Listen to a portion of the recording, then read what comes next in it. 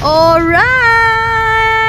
Magandang araw sa inyong lahat. At kami nga ay tinanghali ng bukas, kaya pali-pali na. At baka biglang andyan na yung aming mga customer. So, hindi pa talaga kami nakakapag-ayos.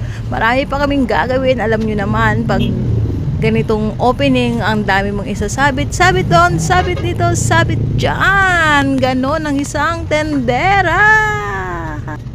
Kaya habang wala pa yung aming mga customer, kaya dali-dalian na ang pagsabit.